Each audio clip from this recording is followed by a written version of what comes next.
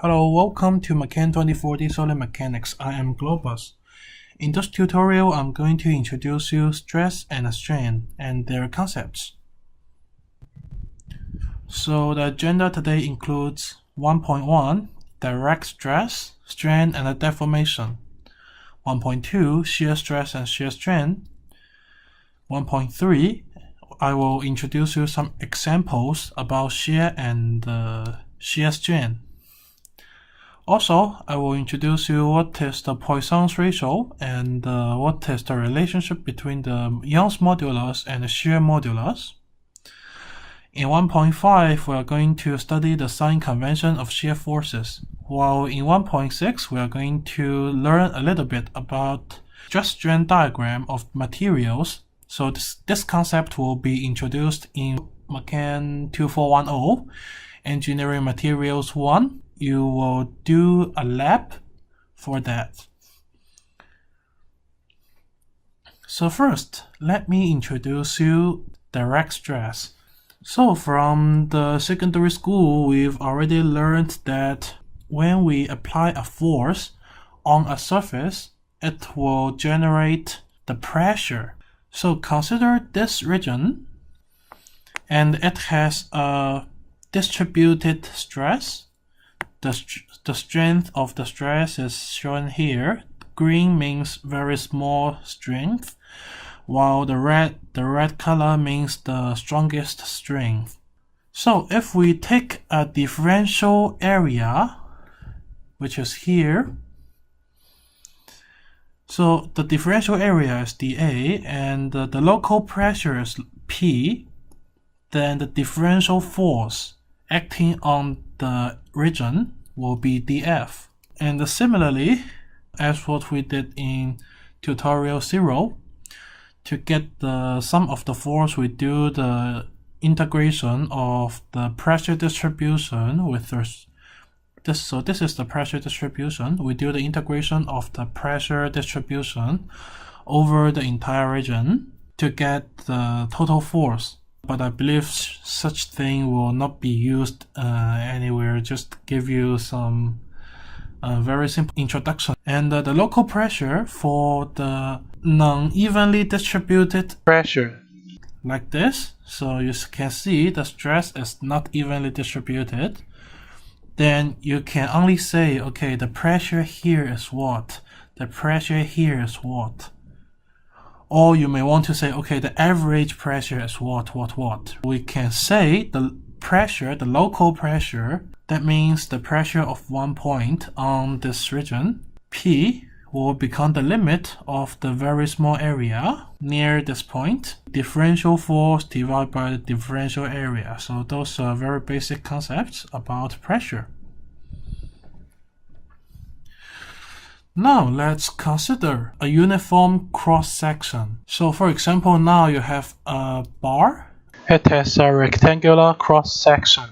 And for this rectangular bar, there is a cross-sectional area A, and its cross-section is uniform. You apply the load P on the two ends. So the behavior of the bar in the solid mechanics will be rather similar to the behavior of a spring. What does that mean? When you stretch a spring by using the load P, the spring will become longer, and when you compress the spring, then the spring will become shorter, right? So this is what we are dealing with actually. We consider the material as the linearly elastic. That means like the spring.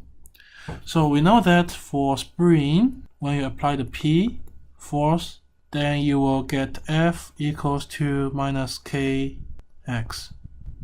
Still remember that? So it is similar, it is quite similar in solid mechanics. Okay, so we consider there will be a constant that is linearly related to the distance and the force. So only thing is that we change the notation from F to P, and we will change the notation of the stress a little bit, because in this course we consider two kinds of stress. One is the direct stress, one is the shear stress, which is to be introduced to you later on. So for the direct stress, it is called sigma. Sigma is defined as the force acting on this area, and we assume it is uniformly distributed. So this is the distribution. Then the direct stress will be, of course, similar definition. The force divided by the area. And notice that it has the unit of Newton per meter square. So you know that the force has a unit of Newton, area has a unit of meter square, then the unit will be consequently Newton per meter square. And those formulas can be very similar to what we just introduced. So you know the force is the area integral of the pressure distribution. And very similar for a spring, when you have a tensile load P acting on the tip, it will become longer. If instead you have a compressive P, then the spring will become shorter. So rather similar to the spring, when you apply a compressive load, we treat this load to be negative, and the delta is a deformation of the material. So back to the solid mechanics, we have a bar. In case we have a compressive load P, then the bar will become slightly shorter, and there will be a deformation. So for the deformation, you know that it is relevant to the force, and in this course we define that in case you apply a compressive force, that means you will make the deformation negative. That means in case the deformation is negative, the bar is shortened. And similarly, in case you apply a tensile load P, then the bar will become slightly longer, and the delta will become positive because the bar has been elongated, and consequently we will treat this tensile load as positive. It is rather similar to what we have learned in statics and dynamics. So as you can see, when you apply a load P, there will be a deformation. Notice that the deformation can be either positive or negative, depends on your P. So in case your P is pointing back, then your beam will become shorter, then maybe this part will become shorter. And notice that, of course, the deformation is very often not that big, so it is just an enlarged view. So actually, in our daily life, the deformation of the material is very, very small, maybe. So we know that the normal stress is given by P divided by A. We will define some quantities in order to proceed. So we will define the axial strain. What is axial strain? It is called epsilon. So epsilon equals to delta divided by L naught, where L naught is the original length of the material under no load. When in case there is no load applied, the original length is L naught. So epsilon is just the amount of deformation divided by the original length L naught. And in case we assume this material is linearly elastic, there will be some quantity like K, right? Because we know F equals to minus Kx for springs, right? But for solid mechanics, instead of using K, we will use E. Okay, so we have a material property E, varies with materials. This property is called Young's modulus, so you might have heard it in Physics 1112. And now introduce the Hooke's law for axial stress and strain. So Hooke's law, you have heard it for a lot of time. For springs, it is F equals to minus Kx. But now we just try to use it to be something in the solid mechanics. It means that the normal stress, so the unit of stress is Newton per meter square, okay? So it equals to Young's modulus times epsilon. So notice that, what is the unit of epsilon? Epsilon equals to delta divided by L0. So the unit of delta is meter, is the length, right? L naught, the unit is also length. Length divided by length means no unit, means it is 1. So the unit of Young's modulus will be Newton per meter square as well. So Hooke's law of axial stress and strain means that the axial stress equals to the strain times the Young's modulus. Notice that the larger strain means larger deformation. Consider the definition of the strain. The larger stress developed in the cross-section of the material. Harder material has harder Young's modulus. So just now we have already discussed the units of Young's modulus.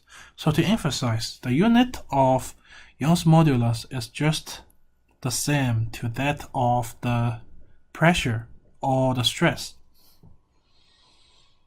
And also, by using all those three formulas, we can derive the deformation of the material under load P. So delta, we will rewrite this one to be delta equals to epsilon L naught. And we substitute the Hooke's law and make the epsilon to be the subject. Then it will become sigma divided by E times L naught. And at the same time, we keep those two here, okay?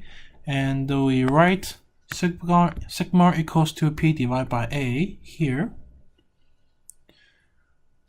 And eventually, you can have this formula. So it is the deformation of a linearly elastic material. So in case the original length, the L naught is L, then the formula will become delta equals to PL divided by EA. Well, how can we remember this formula?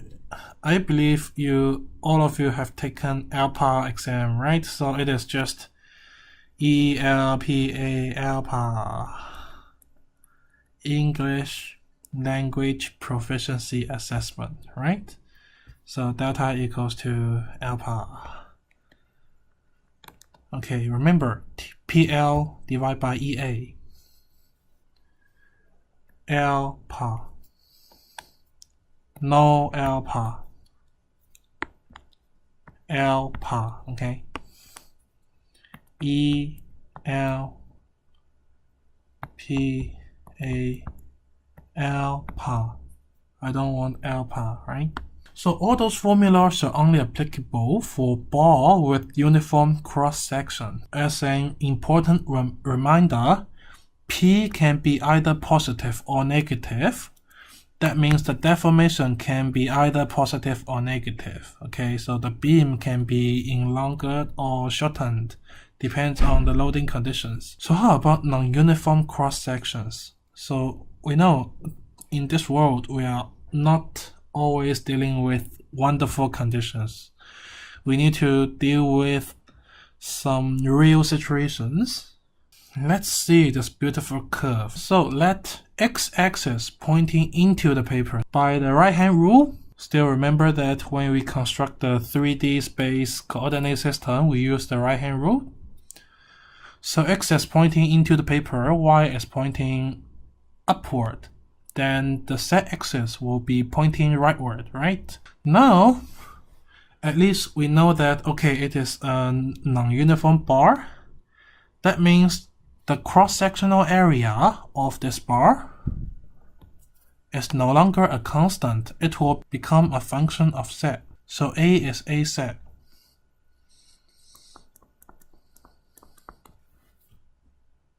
Under external load P, for every position of this beam, the axial strain will be different. So still remember that in case we have the load P, that means everywhere in this beam will exert the load P, right? For any place, everywhere in the beam, you will have the direct force P acting on this variable area AZ.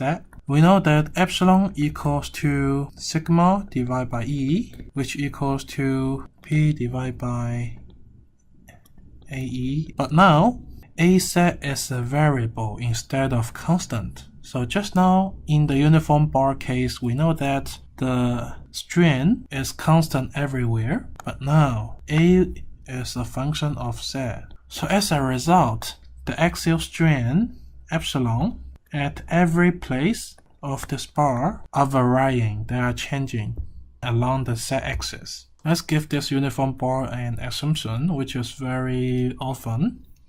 That is, we set E to be constant everywhere. Then P, E are constant. Then we just consider the change of the area. At some position Z, the stress at this position will become P divided by A of Z. Then you can find the local strain. Epsilon Z equals to sigma Z divided by E. Then you make the substitution. We know that from previous case that delta equals to epsilon L, right?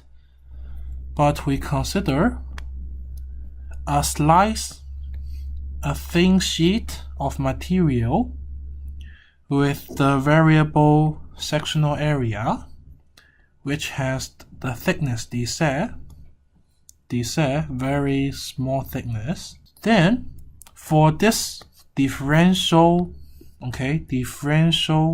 segment, the deformation will become delta equal to epsilon times dz.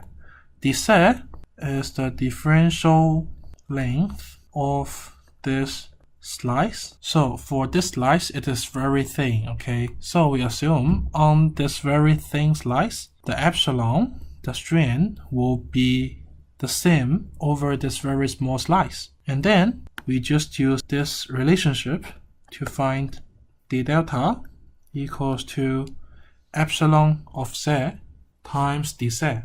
Finally, we combine all those relationships, then we can find the differential change of length, which is P times dz divided by EA of z.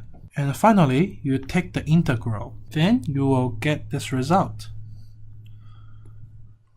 A remark is that in the textbook, they use X instead of Z because in this course we only consider the 1D loading. What does that mean? That means maybe your loading is like this, but it is 1D. In the reality, not only 1D, we still have the loading, which is about x-axis, which is pointing to the x-axis, but you cannot see it here. So in this course, we only consider 1D loading, but I still recommend you to use Z, because in advanced solid mechanics course, we will use Z instead of X, because X is often used to calculate the sectional properties. I will introduce that to you later. However, one thing you have to know is that in the lab or in the problems we are going to solve in this course, we will often see a term called strain gauge. What is strain gauge? Strain gauge is a sensor to measure the local strain of a piece of material.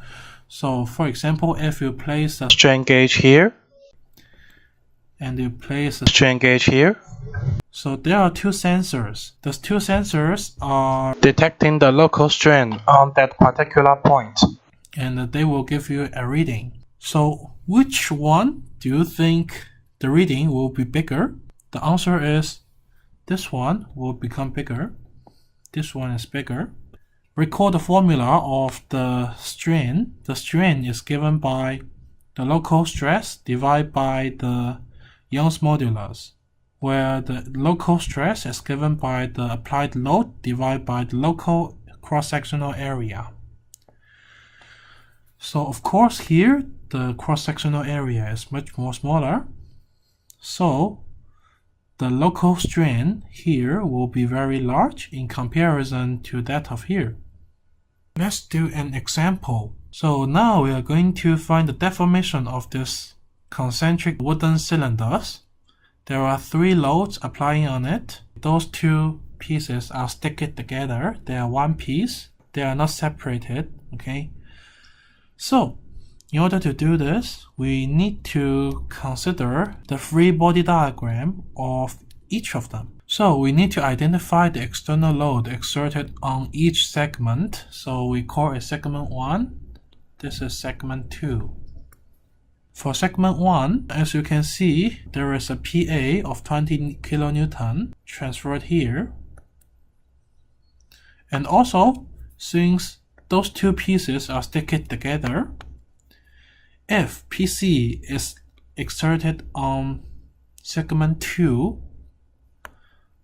then the segment 2 will also pull this surface to the right hand side. Therefore, we conclude that there are 3 forces in total acting on this surface, and the resultant will become tensile 20 kilonewtons. This beam is clamped to this wall. And in order to remain this segment static, there will be a 20 kilonewton reaction given by the wall. Therefore, this segment is in static state and it is in tensile stress of 20 kilonewtons. What we can do is to use the alpha formula. Delta equals to P1 L1 divided by E1 A1. While the Young's modulus is the same for both of them, while the applied load is what we know. Remember, try to convert everything into the SI units first to get rid of confusion. Then you will get the result of 0.252 millimeters, which is very small in comparison to the original length. How about segment 2? PC is 25, PB is 15, PA is 20. But it is not the end of the story, because you can see it is obviously not in static. But there will be P1 equals to 20 kilonewton applied here, because as a reminder, we know that there is a 20 kilonewton P1 applied here, applied at the segment 1. Therefore, there will be a 20 kilonewton reaction pointing leftward, acting on segment 2. Consequently, the resultant of the system will become 20 kilonewton in compressive form. Therefore, we can calculate the deformation by using the alpha, PL divided by EA. Notice that in the compressive form, the P, the applied load, will become negative. The deformation, even if it is compressive, is much more smaller than that of segment 1. Therefore, what we can do is to add them up. Add the deformation of the whole piece together, which is delta 1 plus delta 2. Notice that we will account the symbol as well, because for segment 1 it is elongated, while for segment 2 it is shortened. The total deformation will be 0.236 millimeters. You can try this problem yourself after viewing this video. Next is talking about non-uniform bars. So the circular bar, this problem is a little bit complicated, so I will use numerical method. So I used Wolfram Alpha to solve this problem. So it is just give you an impression about how can you deal with the variable cross-sectional problems. For this circular bar, the radius is given by 0.3 sine z plus 0.5, and there is a compressive load P equals to 100 Newton. Estimate the minimum and maximum absolute rating. Absolute rating means that no matter whether it is positive or negative, we take the absolute value. And the total deformation of the bar. So in order to solve this problem, we observe that the maximum absolute local strain occurs at the location of minimum cross-sectional area. Recall that Rz equals to 0.3 sine z plus 0.5. The cross-section is a circular region. Therefore, we conclude that the minimum cross-sectional area occurs at the minimum radius. In order to make the radius minimized, we take sine z equals to minus 1. Therefore, R equals to 0.2. Consequently, we can find the minimum cross-sectional area. Next, we can use the stress equation, which is applied load divided by the area, to calculate the maximum stress in the structure, which is compressive 7.96 milliPascal. Therefore, the maximum absolute strain is by using the maximum stress divided by the Young's modulus, then take the absolute value, then you will get the answer, which is 7.96 times 10 to the power minus 4. By similar manner, in order to calculate the minimum stress, we will find the maximum cross-sectional area. Recall that R set equals to 0.3 sine set plus 0.5. Therefore, if we take sine set equals to 1, then the maximum radius will be 0.8. Therefore, the maximum cross-sectional area will become pi times 0.8 squared equals to 0.64 pi cm squared. Notice that the minimum stress, still it is compressive, it is negative, but we can observe there is a change in cross-sectional area, right? So the minimum stress is compressive 0.497 milliPascal. Consequently, the minimum absolute strain is given by the stress divided by the Young's modulus, and then we take the absolute value. Then the result will become 4.97 times 10 to the power minus 5. Next, we want to find the total deformation of this circular bar with the variable cross-sectional area. If you still remember, delta equals to the integral from 0 to L P dc E A c, where P, E are both known. For A c, we know that it is a function with dependent variable c. Therefore, we can write the cross-sectional area in terms of c, so area is pi r squared, and r is given by this formula. Therefore, A c can be written in this form. After we identify A c and we know P and E, then we just take them out and substitute A c into the expression. After that, we will eliminate the units. We make everything into the SI units in order to get rid of being confused. Eventually, we will get an integral like this.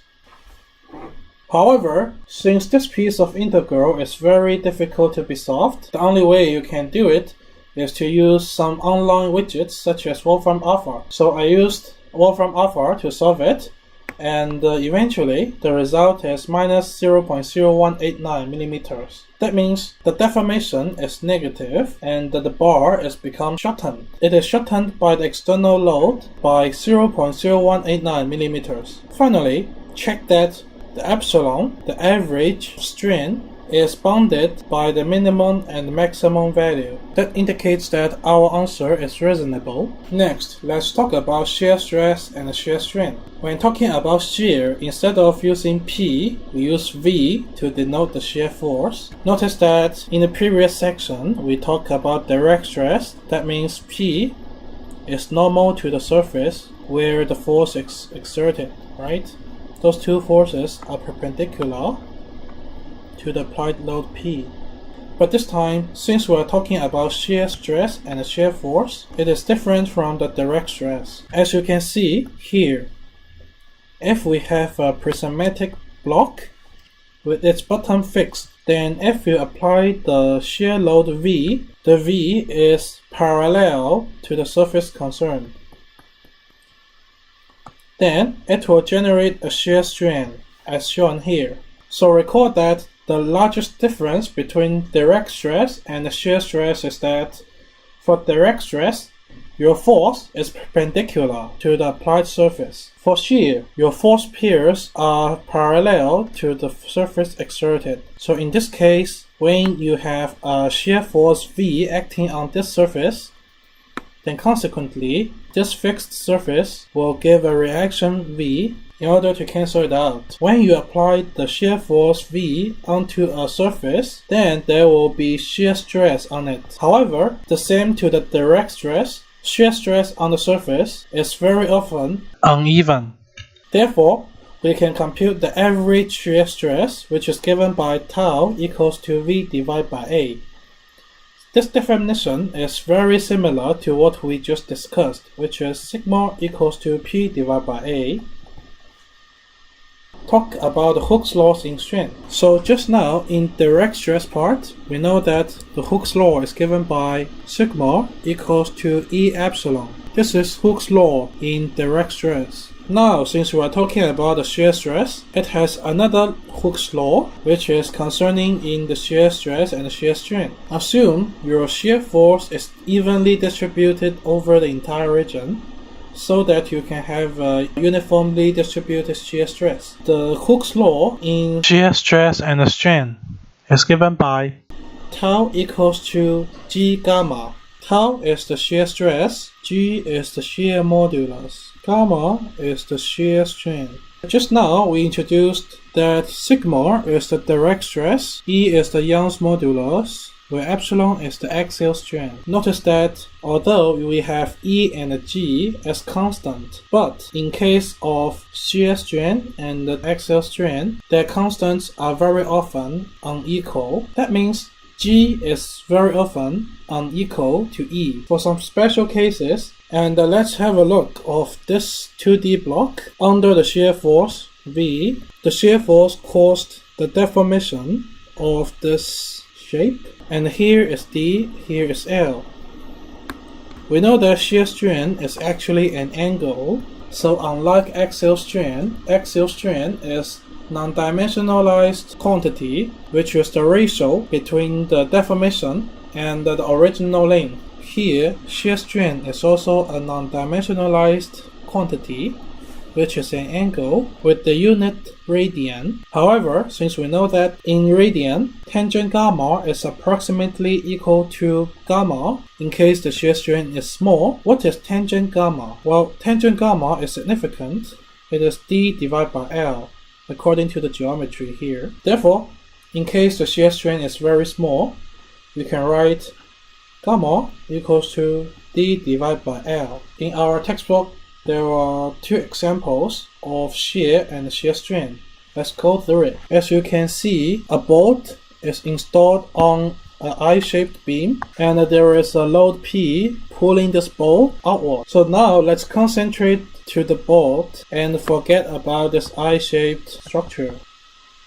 So for this bolt, the load P is uniformly distributed on the right half of it. While in order to keep it equilibrium on the left half of it, there must be a P pointing downward. As a result, the upward and the downward force pair will form the shear stress on the surface MN. So how can we calculate the shear stress? Shear stress is like a pair of forces. So now it is rather similar. At the cross-section MN, there is a pair of shear stress P exerted on it. Therefore, we can calculate at the surface MN what is the average shear stress. So the average shear stress is given by the force divided by the cross-sectional area. Since it is a circular bolt, the area is given by 1/4 of pi d squared. Therefore, it equals to 4p divided by pi d squared. The textbook also gave us a double shear example. Consider a bolt installed here. It is under a double shear with P exerted in the middle, with 1/2 of P exerted on the two ends, respectively. If we only consider the section in the middle, MNPQ, there will be shear stress V acting on MN and a shear stress V acting on PQ. However, what is the magnitude of V? In the middle, it is P. That means 2V equals to P. Then V equals to P divided by 2. So what is the average shear stress acting on surfaces MN and PQ? It is given by shear force divided by A. And the shear force is 1/2 of the applied load, which is P divided by 2, where the area is similar, which is 1/4 pi d squared. To further simplify this expression, it gives you 2p divided by pi d squared. Let's talk a little bit more about a bolt. When the bolt is subjected to a compressive load P, like this, then there will be a pair of direct force acting on its cylindrical surface. Then, for the cylindrical surface, there would be a pressure distribution, depends on the geometry, and typically it will be like this. However, in the engineering application, we are not interested to the exact distribution of the stress. Instead, we try to define a stress called the bearing stress. The cylindrical surface, which is the contact surface, or the bearing surface, will have a bearing stress defined as sigma B equals to P divided by A, where P is the external load. But here, the area is not the cross-section. No, it is not. The area is a rectangular region, which is here. So the area is given by T times D, which is a rectangular region, lies in the middle of the cylinder. The bearing stress means the average stress acting on the bolt. Some of you might have already attended the industrial training at Polytechnic University in this winter. In the sheet metal unit, you might have experienced the operation of shearing machine. For those who didn't attend the industrial training, you might want to get some understanding about what a shearing machine is. Basically, it is a machine that cuts a piece of sheet metal. So let's have a look. Learning through the camera. You recording? Yeah. You got this? I got it. Okay. My other mark is right on. I'm at 6 inches. I want to make sure that I'm square here. Shear that strip and let it drop on the backside. We have a tray back here that will catch it. So now I've got a 6-inch strip by 20 something.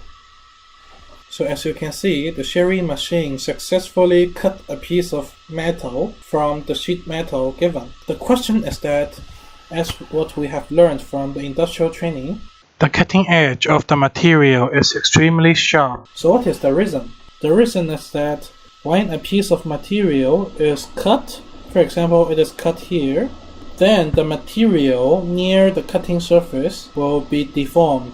It is like this. So the material is originally like this. However, when it is cut, the material will deform so that a very sharp edge will be generated.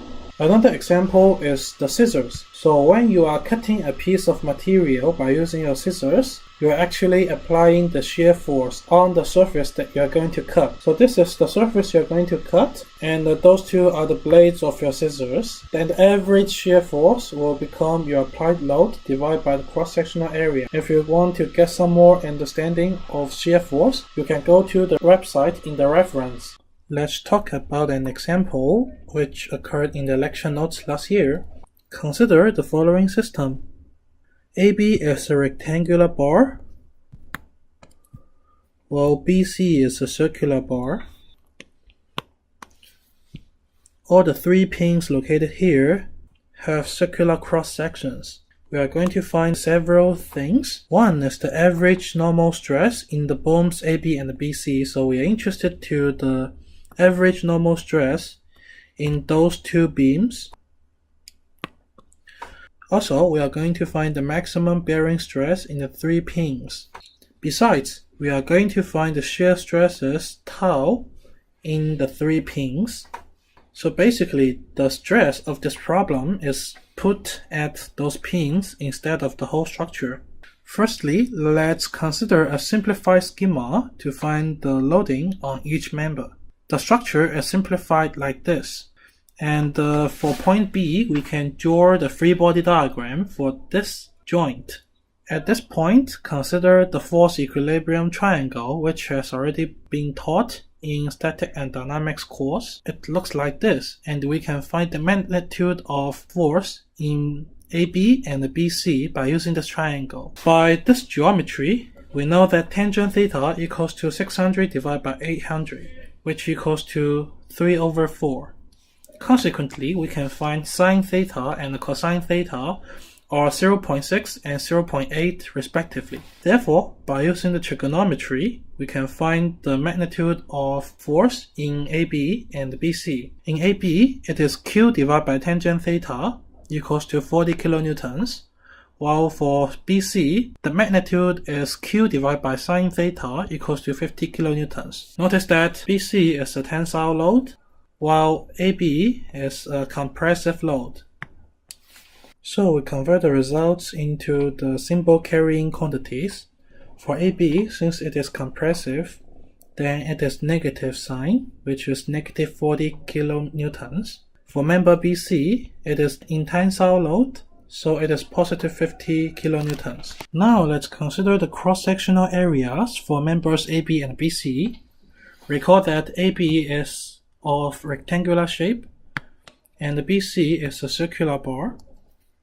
For AB, it is rectangular. It has the dimension 50 times 30. Therefore, its cross-sectional area is 1500. Besides, for the cross-sectional area of bar BC, since it is circular, and we know that its diameter is 20 millimeters, then the cross-sectional area is 100 pi millimeter squared. Therefore, we can calculate the direct stress by using the force divided by area. Sigma AB is minus 40 kilonewtons divided by 1500 millimeters squared, which is negative 26.7 million pascal. It is a compressive stress. By a similar manner, you can find the stress in member BC, which is 159.2 million pascal.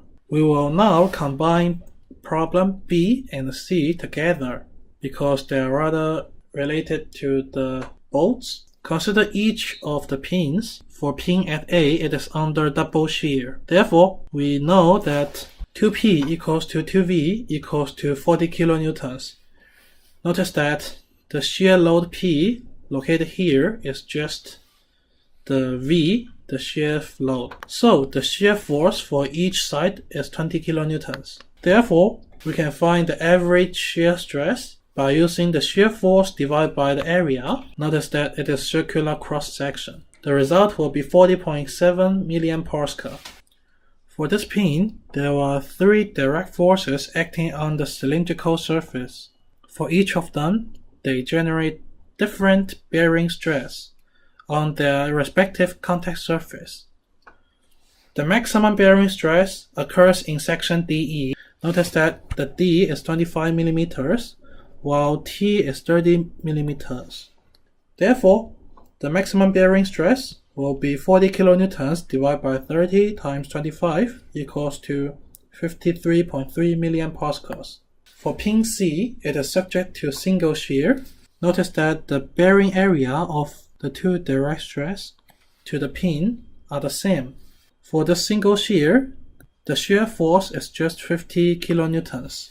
Therefore, P equals to V equals to 50 kilonewtons. Then the average shear stress is given by 50 divided by the cross-sectional area of the circular pin. Then the shear stress is given by 101.9 million pascals. For each of the contact surface of the 2 direct forces on this pin, the bearing areas are the same. The bearing stress are the same. The magnitude of the force is 50 kilonewtons, while its diameter is 25 millimeters. T is given by 20 millimeters. Therefore, its bearing stress is 100 million pascal. For pin B, its shearing condition is a little bit complicated. As you can see, for pin B, it is subject to multiple shear. That means there are a lot of forces acting on this pin. Notice that FBC is the tensile load of BC. In this case, the maximum shear stress occurs at cross-sections G and H. You can find the maximum shear stress by finding the shear force in that cross-section. I leave you as an exercise. It should be easy to find it. You decompose FBC into X and Y directions. Then it will cancel the 1/2 FAB and the 1/2 Q out. And it will have a net force on the surface G. And it is similar for H. Then you can use the Pythagoras theorem to find the net force on G and H. The result of the maximum shear stress will be 50.9 million pascals. Also, in this case, since there are direct forces acting on different sections of the bearing surface, the largest load is 50 kilonewton, and it is exerted in a relatively small region. The maximum bearing stress is therefore 50 kilonewtons divided by 20 times 25. The result will be 100 million pascal. Next, I'm going to introduce you the Poisson's ratio. As a direct stress applied it will be elongated or be shortened. However, as we know, we have conservation of mass. That means once a material is being stretched or shortened, then there will be strain in the lateral direction, which is the lateral strain. So we'll denote it as epsilon prime. Notice that when the axial strain is positive, that means the beam is being stretched, being elongated. That means the lateral strain will become negative, because once you stretch a piece of material, that means in the lateral direction its dimension must be reduced. And similarly, when you compress this piece of material, the lateral strain will be positive, because when you compress this material, then your axial strain will be negative. That means the dimension of your lateral direction will become larger. Therefore, the lateral strain will be positive. So you can draw a conclusion that either axial strain or lateral strain will be positive. Exactly one of them is positive. The other one must be negative. So the Poisson's ratio is defined as mu equals to the lateral strain divided by the axial strain equals to minus of epsilon prime divided by epsilon. Notice that Poisson's ratio can be either positive or negative, but in fact we try to assume that this material has a positive Poisson's ratio. In later chapter, you will learn the relationship between the shear modulus and the Young's modulus. So as we described before, the shear modulus is very often different from the Young's modulus, but they have the relationship G equals to E divided by 2 of 1 plus nu. For axial stress, tensile is positive and compressive is negative, right? This is for axial stress. But for shear stress, as you know, it is something like change of shape. There is a shear force.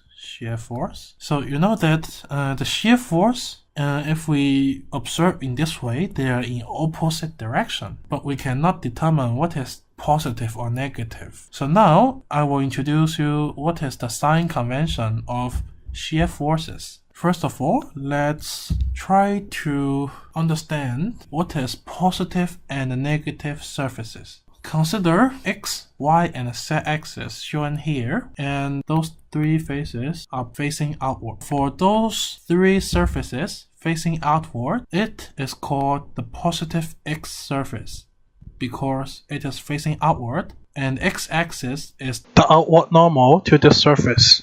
This is called positive y surface because it is pointing outward, and the positive y-axis is the outward normal to this surface. The surface here is called the positive z surface because it is pointing outward, and the positive z-axis is its outward normal. Similarly, this surface, which is not facing to us, is called the negative x surface because negative x-axis is its outward normal. For negative y surface, negative y direction is its outward normal. Similarly, for negative z surface, negative x direction is its outward normal. Let's play again. This is positive x surface, positive y surface,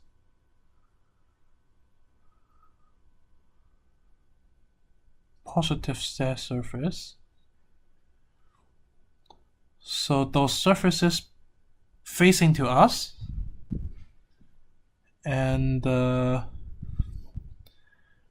axis is the outward normal of it, then those surfaces are positive. Then negative x surface. So you can see negative surface and the positive surface, they are opposite, parallel, okay?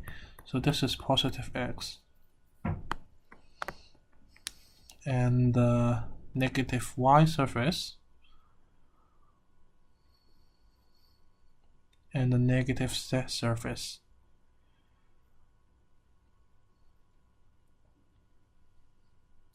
After we're talking about the positivity or negativity of the surface, let's talk about the shear force. For the shear force, we still have to talk about its direction. So one important thing I have to mention is that even though, say, you apply a force here, it is upward, then it is not enough to say, okay, it is positive force. Or if you say, okay, if you draw a downward arrow and say, okay, it is a negative force, then still it is not enough to say that. How can we name those shear forces or shear stresses? What is positive shear forces? Positive shear forces means it is acting on positive surface and pointing to the positive direction of the XY set. For example, this is a positive surface. Your force is pointing to the positive z direction. Then I can say it is positive shear force acting on the y surface pointing to the positive z direction. And this is a positive shear force. Similarly, if you say I have a force like this, is it positive? The answer is yes, because it is acting on positive y surface pointing to positive x direction. Those are all positive forces. For example, tau yz, that means it is acting on positive y surface pointing to positive y axis. And tau yx means it is acting on y surface pointing to the positive x direction. Tau xz means it is acting on the positive x surface and pointing to the positive z direction. And the tau xy means it is acting on x surface pointing to the positive y direction. Tau zx means it is acting on the positive z surface pointing to positive x direction, while tau zy means it is acting on positive z surface and pointing to the positive y direction. For negative surfaces, it is quite similar. 6 possible shear stresses. Tau xy means it is acting on the negative x surface pointing to the negative y direction. Tau xz means acting on the negative x surface pointing to negative z direction, etc. As long as the symbol of the surface and your direction are the same, then your shear stress is positive. One problem is that, okay, you might want to ask, what is tau xx? The answer is no, there is no such thing acting on x surface pointing to x direction.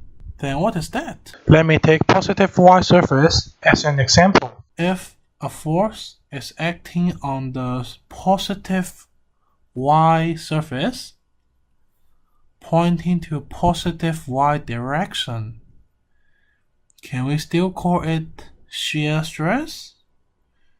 No.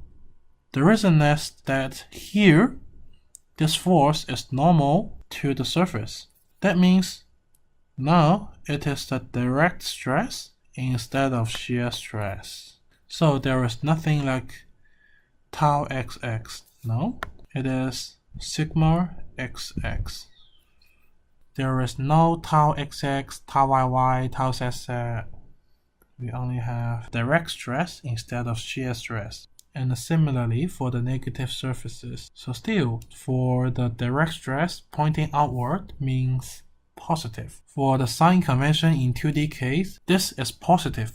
Why? Because the force is pointing to the positive x direction. This surface is defined as positive y surface. That means the shear force direction and the surface symbol are the same. So this is pointing to the positive direction and this is positive surface. Then this shear force should be positive. Similarly, it is pointing to the negative direction. It is negative surface. Then it is also positive. Therefore, we can say that this pair of shear stress are positive, or this pair of shear force are positive. And similarly, you can compare those two cases. You can immediately see what is positive or negative. So you can say, like in 2D case, if you shear like this, you lean rightward, then it will be positive.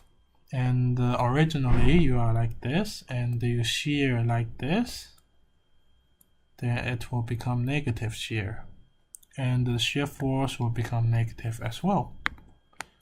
Finally, this is the last topic of this tutorial.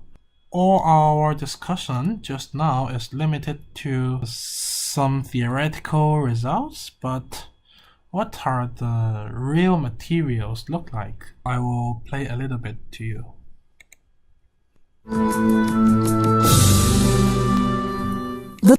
This is the test piece. So, it has a cylindrical test region with an original They help to visualize and measure the plastic behavior of the specimen.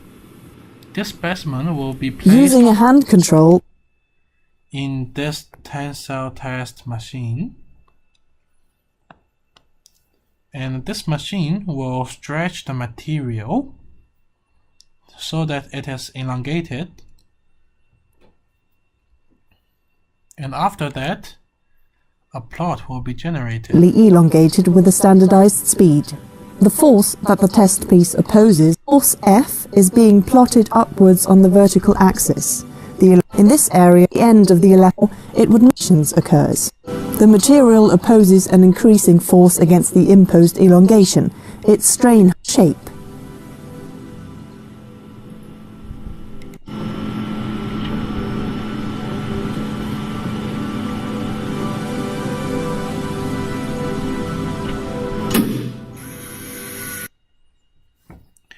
When the applied load P is large enough at the both ends of the material, then the material will gradually elongate it and then fracture eventually.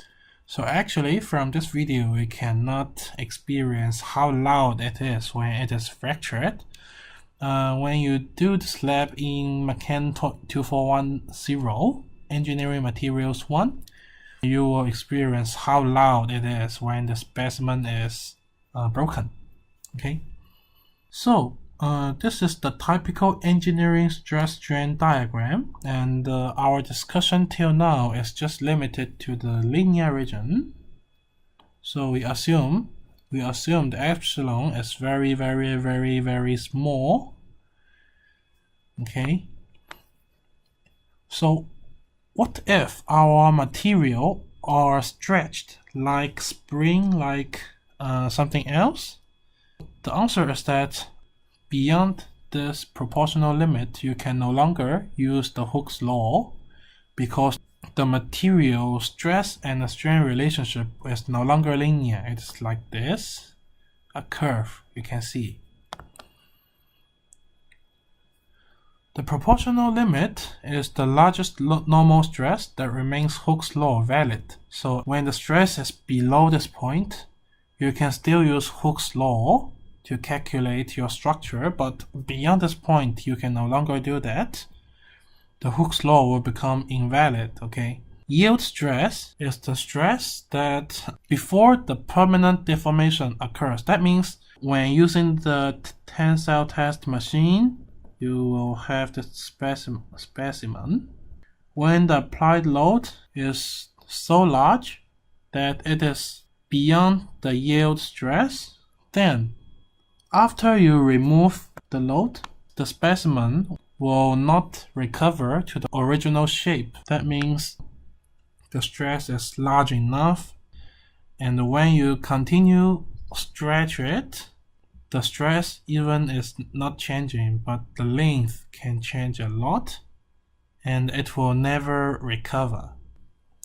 When the stress goes beyond this point, the slope here becomes very small. During this period, even though the stress all the way is not changing, but the specimen is still become longer under this nearly constant stress. And after a period of deformation, when the material is long enough, okay, here the strain is much more larger than that in the linear region, right?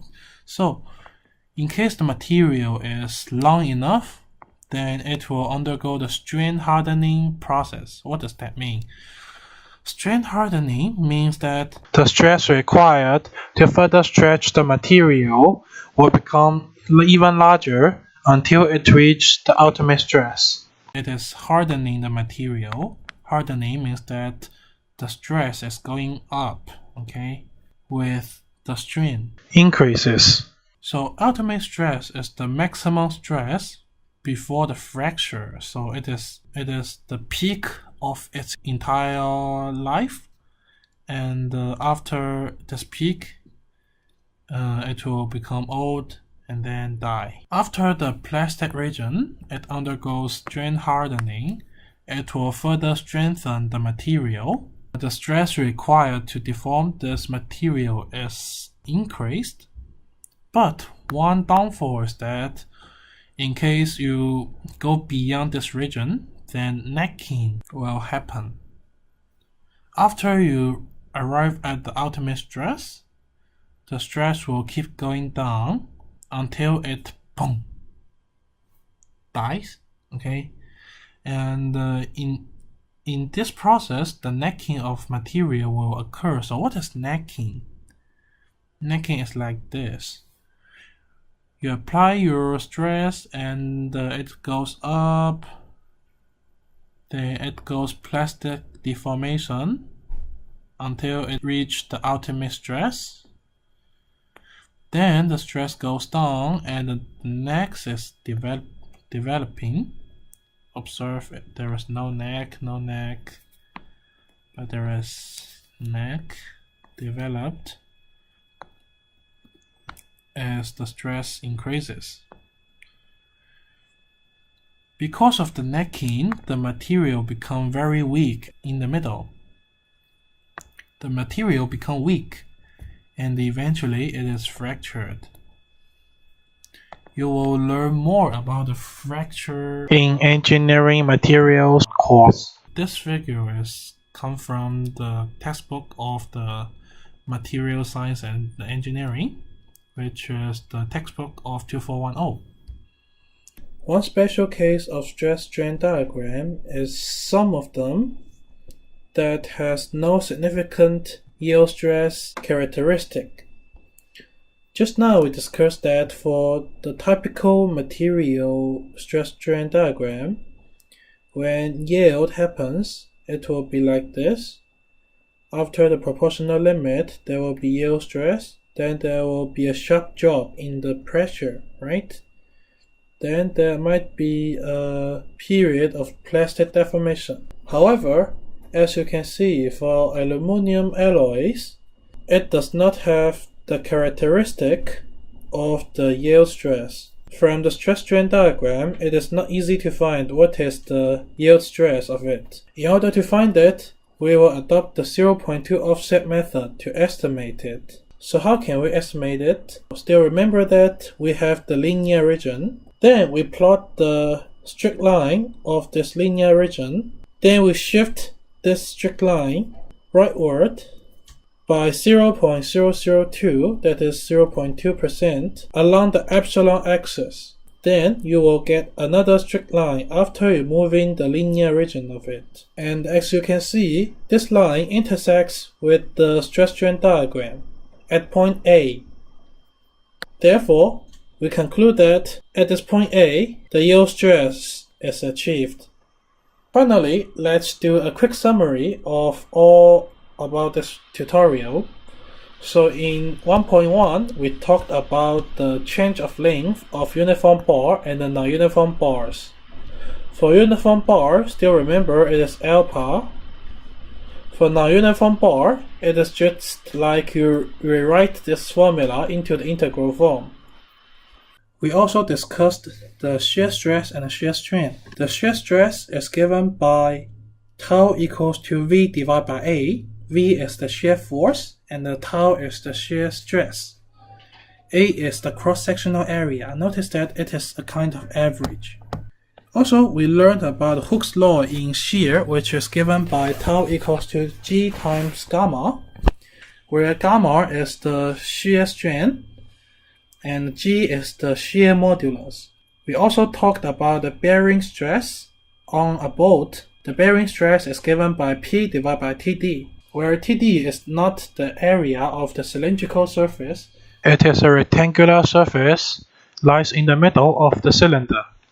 Also, we discussed about the Poisson's ratio nu. Nu equals to minus of lateral strain divided by the axial strain. We also discussed the relationship between E and G. So the shear modulus is given by E divided by 2 of 1 plus nu.